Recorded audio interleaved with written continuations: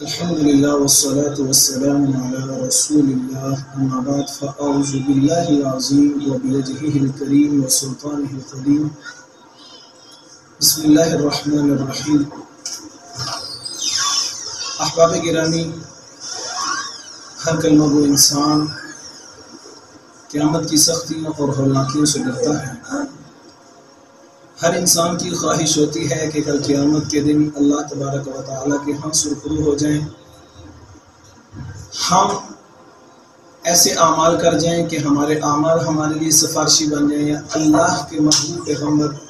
جناب محمد رسول اللہ صلی اللہ علیہ وسلم ہمارے لیے سفارشی بن جائیں۔ تو میرے محترم بھائیوں،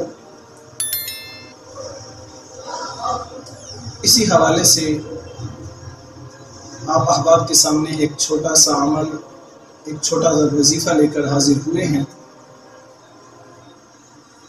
جو صحیح البخاری کے اندر موجود ہے۔ سیدنا ابو سعید خدری رضی اللہ عنہ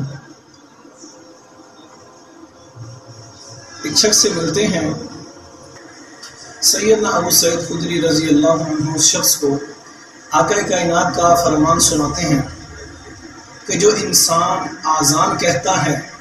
اور پھر اپنی آواز کو بلند کرتا ہے، تو سیدنا ابو سعید خدری رضی اللہ عنہ بیان فرماتے ہیں کہ آقا کائنات نے فرمایا فَإِنَّهُ لَا يَسْمَعُ مَدَى صَوْتِ الْمُؤَذِّنِ جِنٌّ وَلَا إِنسٌ وَلَا شَيْءٌ إِلَّا شَهِدَ لَهُ يَوْمَ الْقِيَامَةِ۔ اگر آپ یہ چھوٹا سا عمل جنگلات کے اندر بکریاں چراتے ہوئے کریں گے، آذان کا وقت ہو جائے، آپ نے آذان کہنی ہے اور اپنی آواز کو بلند کرنا ہے،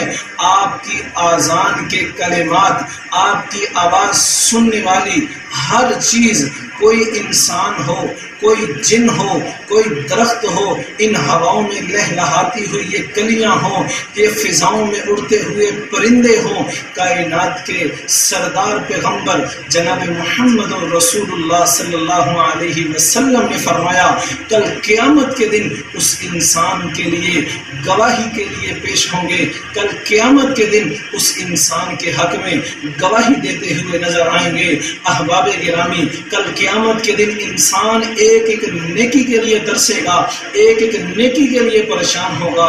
اگر آپ چاہتے ہیں کائنات کا ذرہ ذرہ، کائنات کے چرند پرند، یہ فضاؤں میں لہلہاتی ہوئی کلیاں آپ کے حق میں گواہی دیتی ہوئی نظر آئیں، تو میرے محترم بھائیوں، یہ چھوٹا سا عمل، یہ چھوٹا سا وظیفہ اپنی زندگی کا معمول بنائیں۔ اللہ تبارک و تعالی سے دعا ہے کہ مولا کریم ہمارا خاتمہ بالایمان فرمائے۔ ھذا ما عندی واللہ اعلم۔